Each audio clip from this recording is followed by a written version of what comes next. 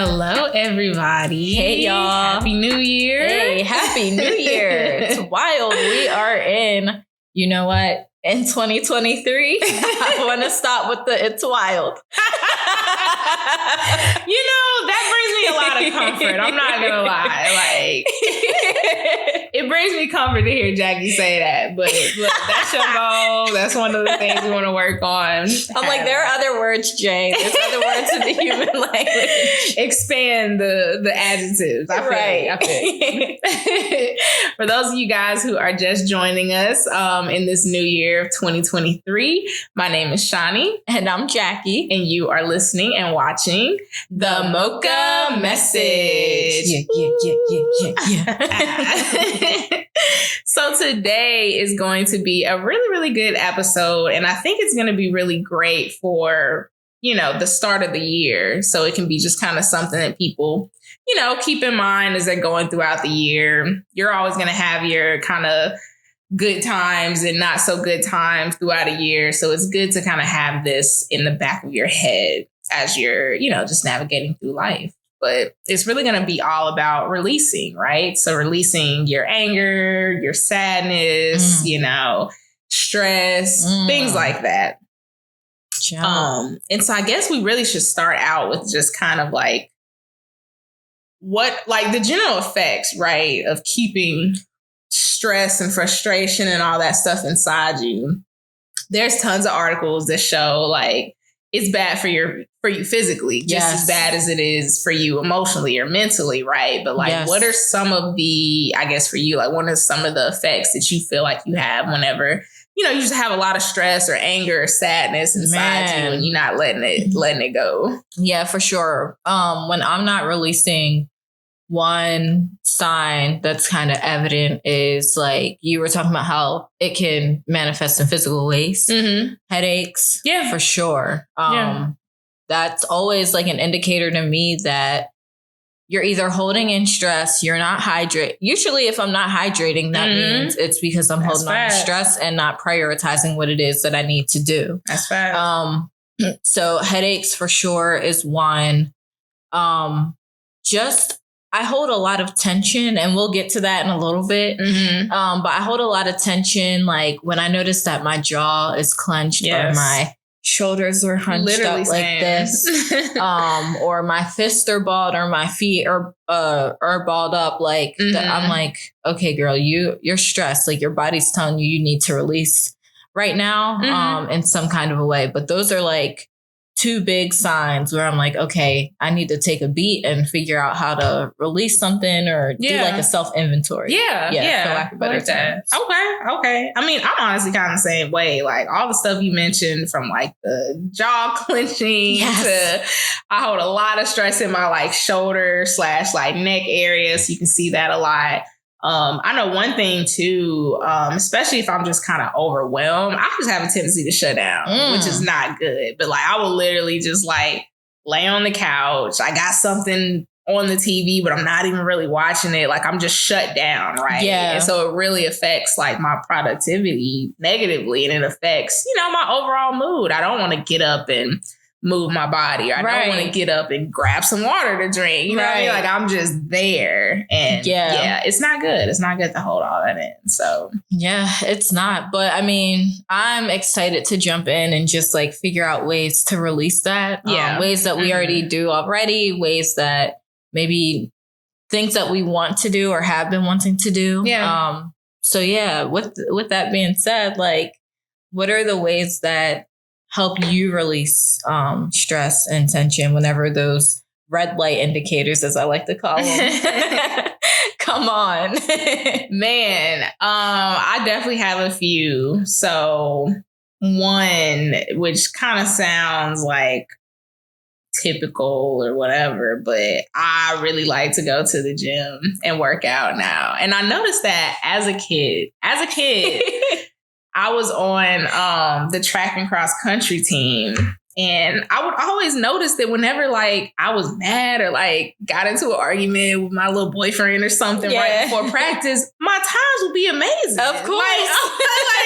I'm thinking to myself like, dang, maybe I should just get mad before like a meet or something. something because I done ran faster and longer like than I normally do. But like I realized from then that like as much as sometimes like you just don't want to do it, you don't want to get up and go exercise, especially when you're in a bad place. Like that's really a great way for me to just release anger or stress or whatever, because it's kind of like I'm not focused on that. I'm focused on, man, my quads hurt, man, like, you know, this is heavy or whatever. Yeah. So the energy really gets released in a great way, in a productive way. And again, you get a lot of endorphins too once you finish working out. So like, I feel like that's always, especially this year, or really starting last year, but this year too, like that's kind of what I really want to focus on, of like, if I'm just overwhelmed, I'm about to go for a walk. You know what I mean? Yeah. Like I'm just about to go to the gym, whatever.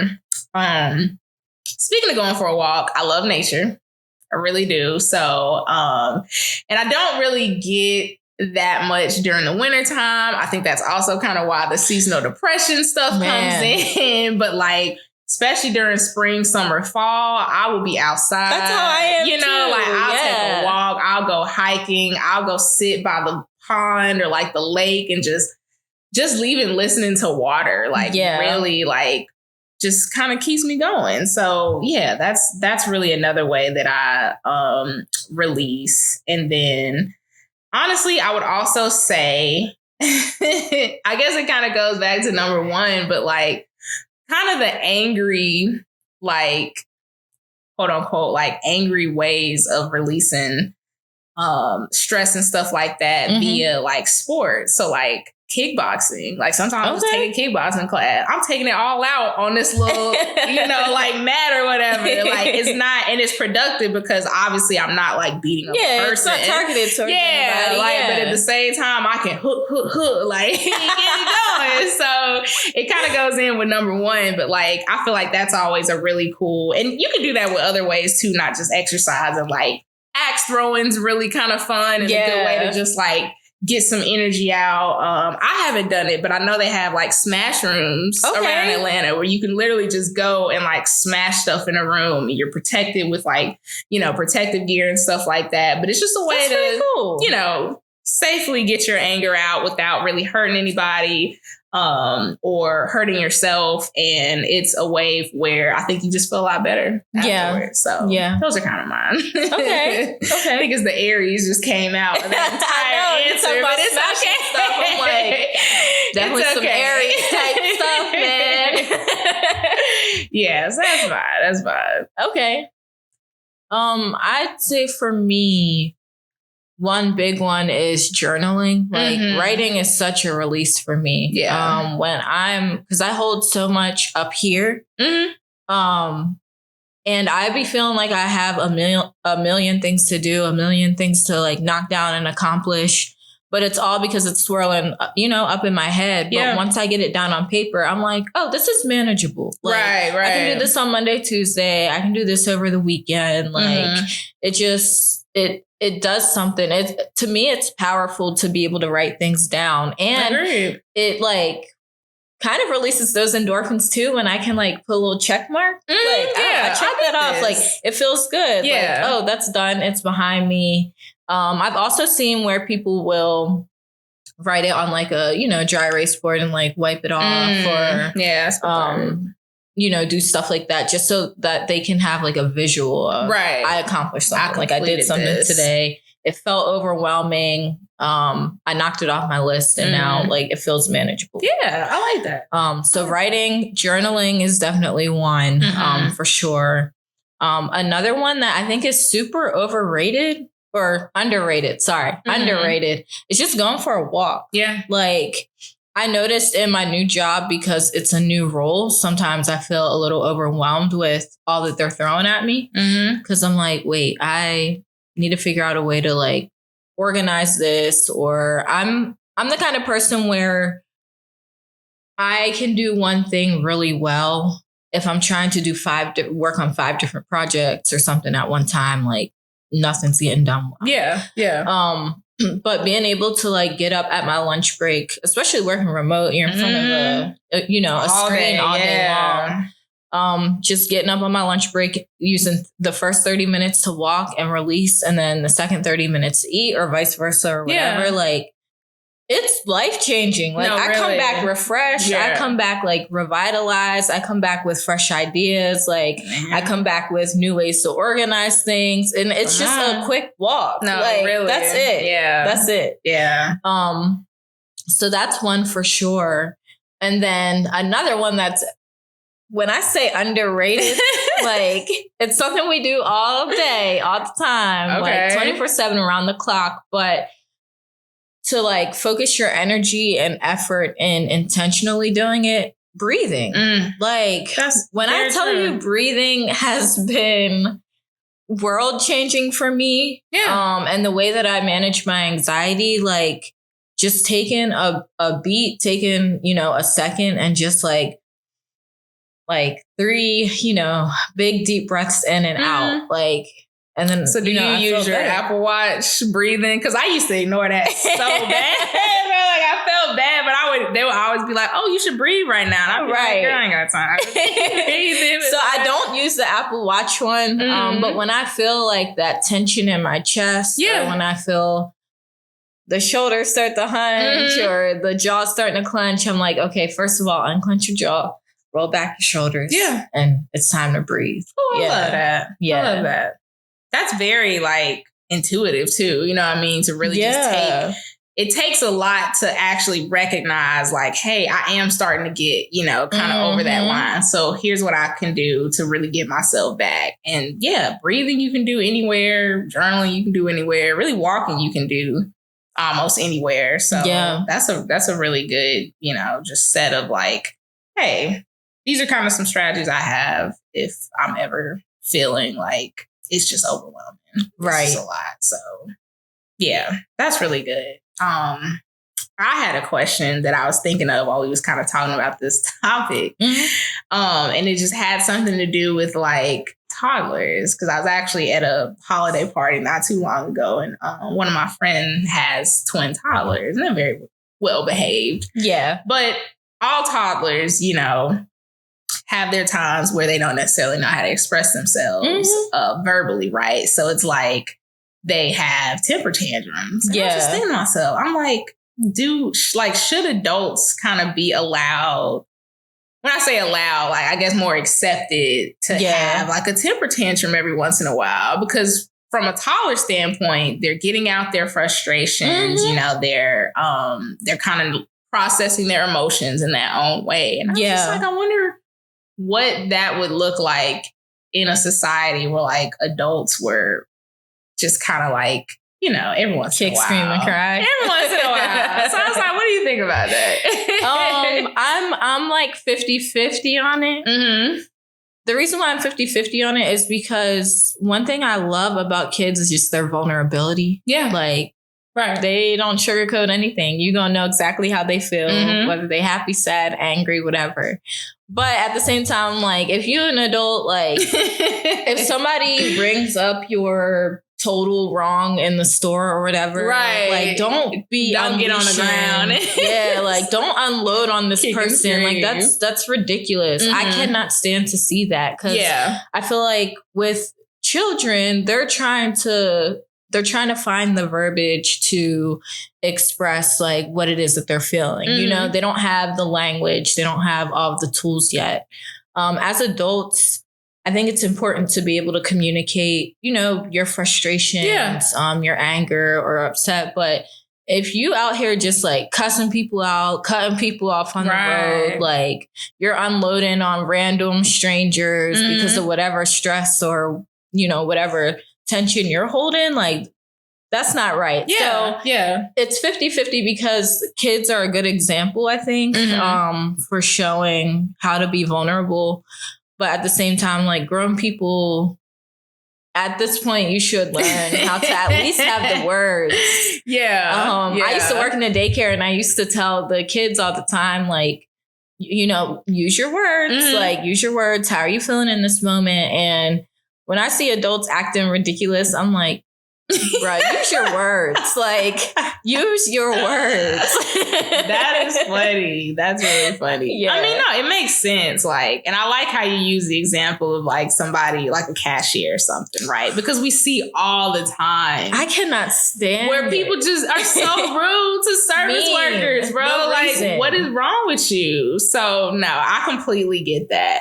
I always feel like if you can do it in a way that isn't negatively affecting anyone or yourself, like have at it. If you want to go out into the woods right behind your house and just scream, you know, like, just get it out, do that. Yeah. You know what I mean? Like, you're not hurting anybody. You're really not, you know, causing any harm to anything. And if that makes you feel better after a couple of screams into the void, like, I feel like that's fine. Yeah. You know what I mean? Like, I definitely see what you're saying, though, about like, adults are probably going to take the temper tantrum too far. Now they're just going off on somebody. Now they're cutting somebody off in traffic. Now they're, you know what I mean? Like, doing the most. You definitely gotta rein it back in to where, you know, it's not hurting anybody. Right. So again, I think it always goes back to like, how can you kind of get your temper out, in the most like effective way with the least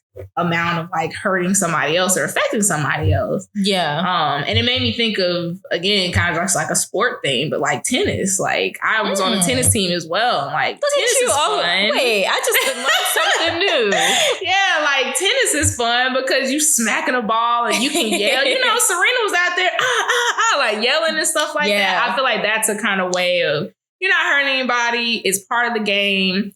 At the end of the day, you shake hands and like keep it pushing, whether you win or lose. But I definitely get your point of like, don't go out the way. Like we know we have words, right? So like, if somebody messes up your order at freaking Burger King, like that's not the time for you to just go off. Right. And I think it's also cool that you mentioned the kid thing as far as like daycare, and their vulnerability aspect, because another thing about kids that I always really like is like kids really give a lot of grace. You know what I mean? Like a kid, if kids were the ones who were paying for stuff at the grocery store and they got like, you know, they got the worker got something wrong, the kid would literally just be like, oh, that's okay. Like you didn't mean to do that. You know what I mean? Like they give so much grace, which I think that adults should be more like that. Like, I'm pretty sure the McDonald's worker was not like targeting you. Right. When purposefully. She, you know what I mean? Like when she messed up your order, like relax. So give a little bit of grace. And I think that's something that we could learn from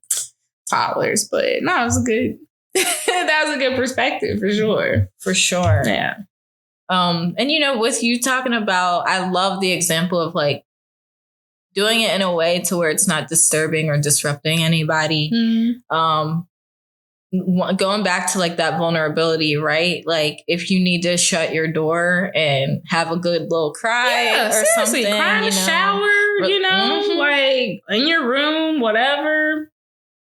That's not really hurting anybody. And crying is very, I don't know the word that I'm trying to say. Cathartic. Yes, that was it. That was we be on it with the. It's so cathartic, and like it makes me upset when people think that like, you know, crying is such a bad thing. Because I'm like, it's really not. Like, obviously, you don't want to be crying every day.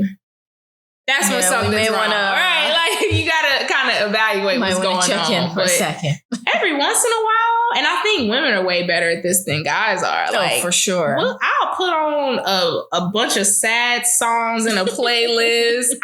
It may not even be nothing really going on with me this sad. But like, let me get a release. Yeah, like let me put this movie on that I know is like very emotional so it can help me release. Like I have no problem dropping a couple tears, like in the sake of like, hey, let me make sure that I'm releasing my, you know, stress or sadness, and it may even help me kind of think about what the real issue is at the end of the day, right? Yeah. So I love that. Like I ain't never gonna tell you, you know, you shouldn't cry at all. Like, oh, if you cry, it's automatically something super bad going on. That's not true. Nah, sometimes you just need that release. It's interesting how you said, you know, if you feel like you need to cry or you feel like you need to release or whatever, like you'll put a movie on, a playlist or something and just get it out.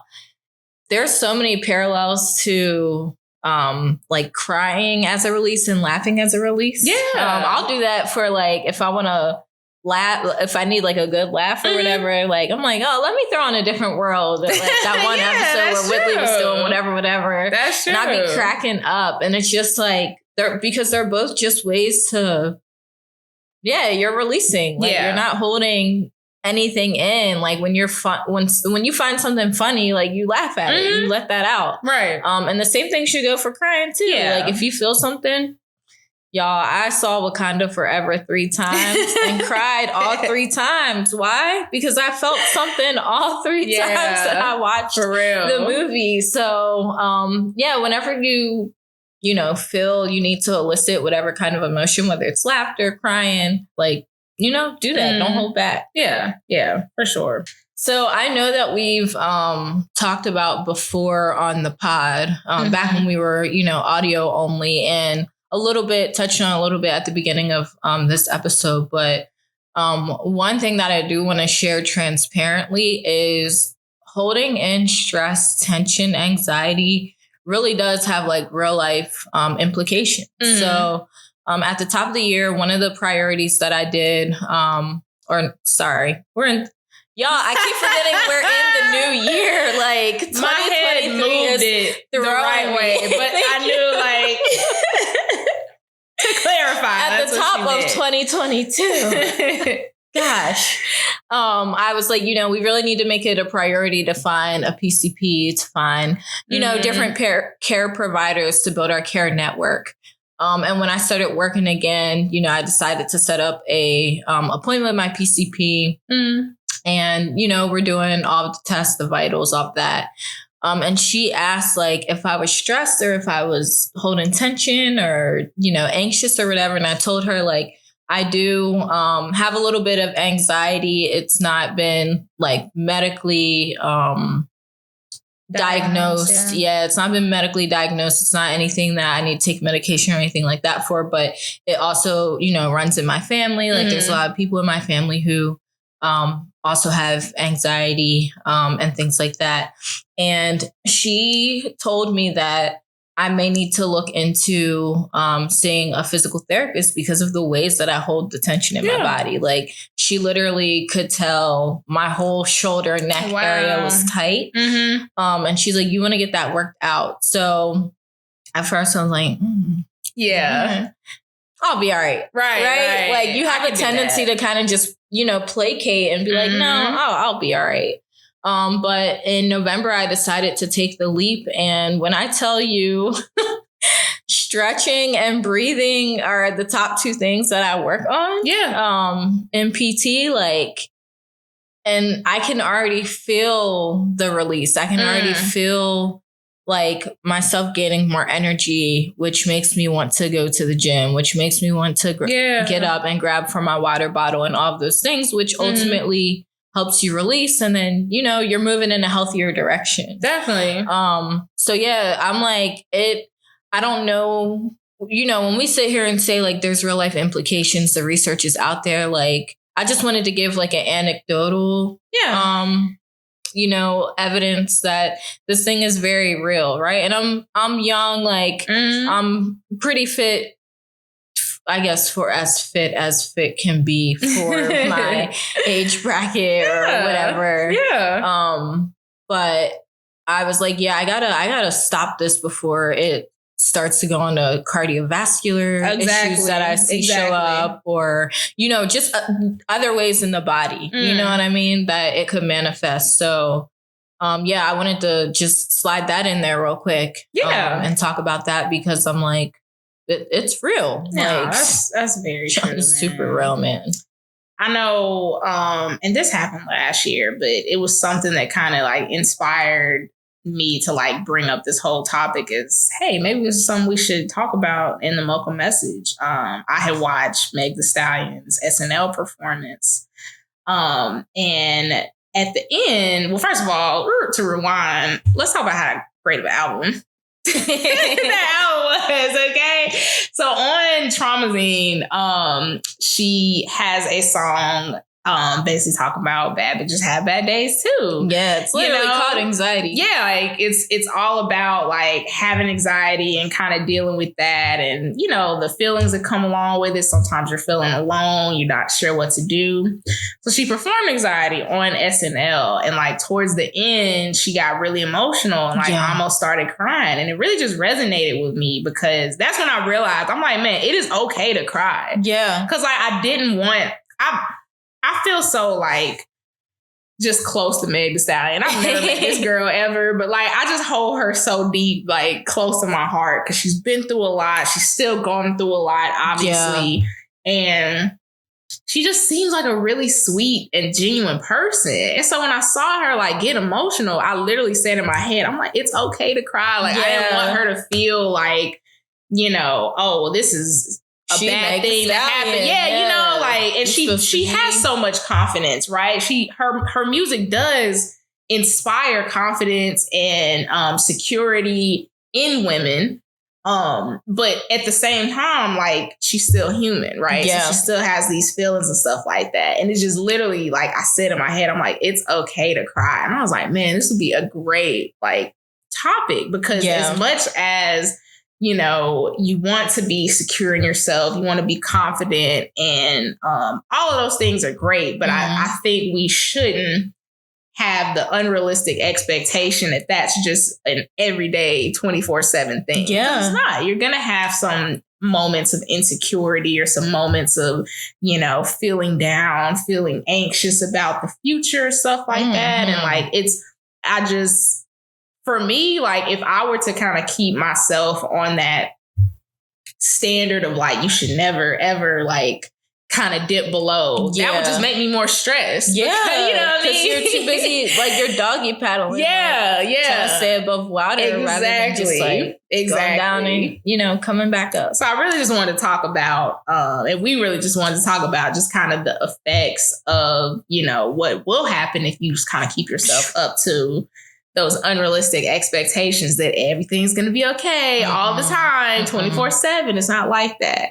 And when you have moments of, insecurity or, just emotional down, like you're feeling down, you're feeling hurt, you're feeling angry, like there are ways that you can come up with for yourself to really get you through that. Yeah. I think it's perfect that we both kind of came up with our own, I would say list of methods. Like not even just one thing. Because I'm not going to be able to go to the gym every single time. It rains. So I'm not always going to be able to go out for a walk. Exactly. So, having that thing in your pocket where I know I can just sit in the corner right now and breathe. Yeah. I know I can do that. I know I can pick up my journal and write this down. Like, having that just like utility belt of methods I was just really the toolbox.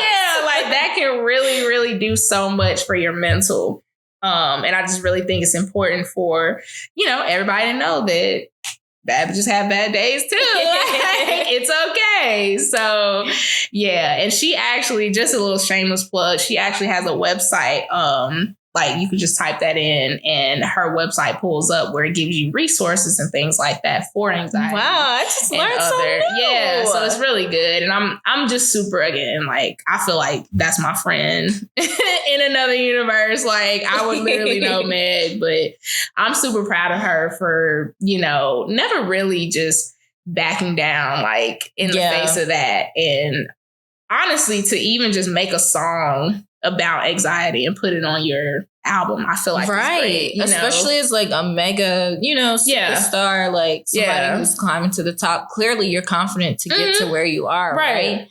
You're in the rap game, like that's not really the cool thing to do in rap. Like it's always about anxious. It's about calm, cool, collected. I'm just super, super proud of, Meg for kind of being vocal about things that we all go through. And, we're really encouraging for all of you guys to not feel ashamed for having these feelings of being down a little bit every once in a while. Like, don't be ashamed of that. And just the best thing is to come up with your own, again, little toolbox of tricks and trades to really get you through it. Cause, it doesn't rain all day. Like it'll clear up by tomorrow. For sure. So, I mean, I would definitely be curious to know what y'all do. I'm constantly looking for things to add to my toolkit. Mm-hmm. So, comment, interact with us, hit us up in the DM on the Mocha message page, on IG. Just tell us, like, what do y'all do? Like, what do you do to release? What do you do to relieve anxiety or stress? I'd be super curious to know. Yeah. So engage with us on all platforms. We love to hear from you guys. We love to respond back. Yes. Be sure to, like, subscribe, comment. Tell a friend. Yes. All that good stuff. And with that, we'll see you guys next episode. All right, y'all. Till next time. Bye. See ya.